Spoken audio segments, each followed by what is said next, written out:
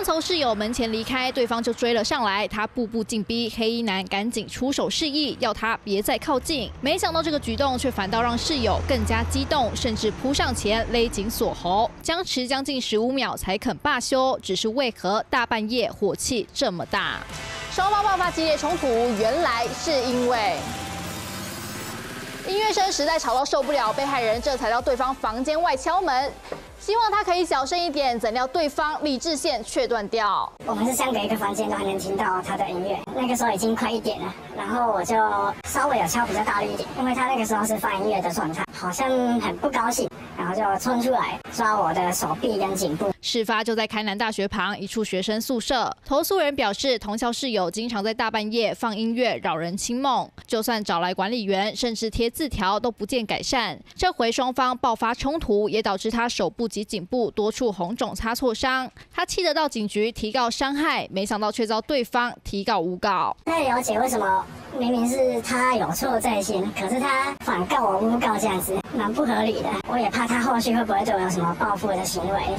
所以就搬到其他地方去了。大学生在外租屋，却为了噪音问题演变肢体冲突。如今被害男大生已搬回校内宿舍，大家有缘当室友又当同学，却彻底撕破脸。往后不仅要在学校见面，还得上法庭相见。3卷陈翔来信以桃园采访报道。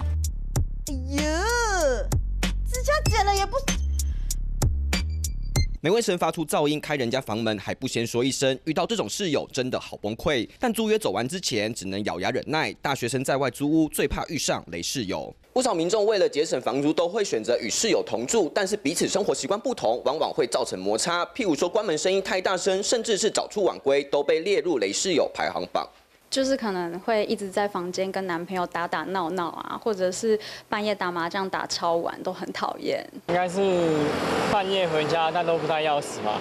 我觉得是作息不同，就是像我自己都会蛮晚睡的。然后大学生普遍认为太脏乱没办法接受，作息不同、噪音干扰或未经同意就乱拿东西，这些都是大地雷。社群网站曾做过调查，5大烦人室友排行，这些 NG 行为果然都上榜。每天带不同人回家的室友也令人崩溃。所以不能动我东西吧，或是偷东西之类的，这我真的不大能接受。脏乱，就是没有维持好整洁，尤其是公共空间。过去也曾有租屋族分享，室友管得超级宽，定了超奇葩的生活公约，包含室友在时不可以讲电话，不能放屁，不能打呼，甚至寄出了禁爱令，说是为了保护眼睛，不允许室友谈恋爱。但律师提醒，不管生活公约再猎奇，若签约时就载明，只要没违法，签了就算数。订租约的时候，就在租约里面明定不容许的行为，或者订立生活公约。房客如果有违反时，房东就可以据此来解约。